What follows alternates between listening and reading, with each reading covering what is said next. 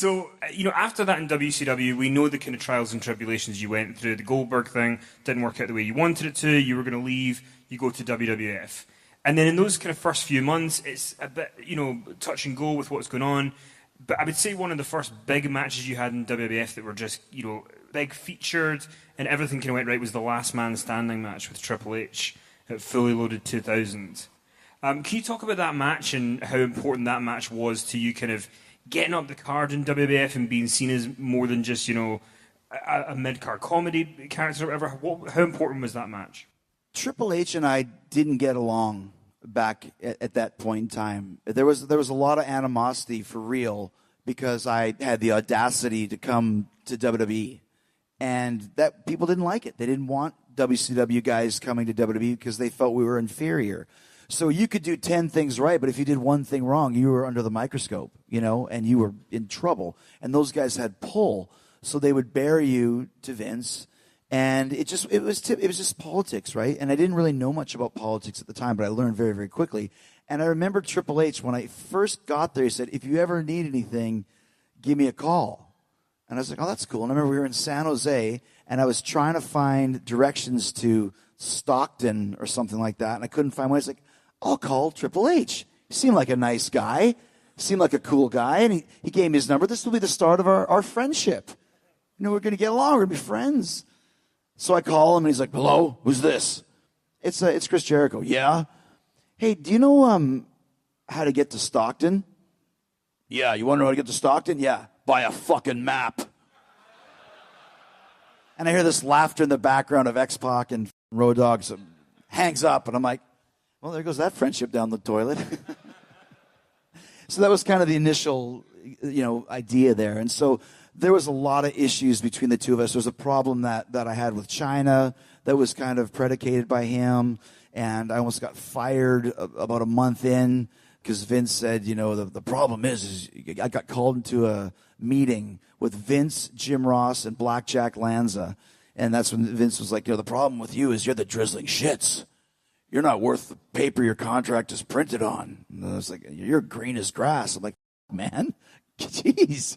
Lighten up, dude. So anyways, it was very, very, lots of heat, shall we say.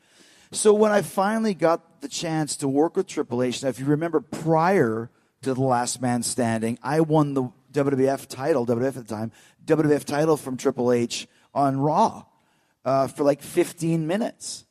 Which, if you watch that one back, it's in State College, Pennsylvania. The crowd loses their mind when I pin him. And that's where it's like, if Vince just would have gone with this, he could have built me into a big star at the level of all those other guys, and so everyone would have a different shade to paint with, right? But that's not the way. You have to earn respect and earn your way there in WWE, so whatever it was. So I had to give the belt back after 15 minutes. But I know that Vince saw the reaction, and Triple H did too. Didn't matter if you like me or not. Business is business, and people like this kid. So they came to this pay-per-view, I believe it was called Fully Loaded, when it was going to be 3 of the young guys, up-and-coming guys, against 3 of the established guys. And I could be wrong on this. You guys probably know better than I do. But I believe the 3 matches were Kurt Angle versus The Undertaker, Chris Benoit versus The Rock, and Chris Jericho versus Triple H, Last Man Standing. And this was kind of our, coming out party of getting a chance to really show what we could do. And Triple H was great in that match. We had a great match. I still remember Stephanie McMahon has the hardest slap in wrestling. And she slapped me in that match so hard. It's like one of those slap contests that you watch these 2 big guys and they slap each other in the face until someone falls down. I wanted to fall down. It was very stiff. And I remember, too, that the table that the finish was based around, there was a big sign in gorilla position that said, stay away from the Spanish announce table. Awesome.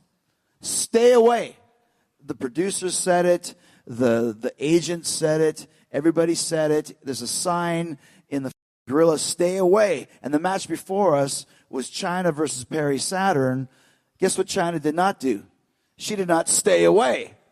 They hit this table and collapsed it.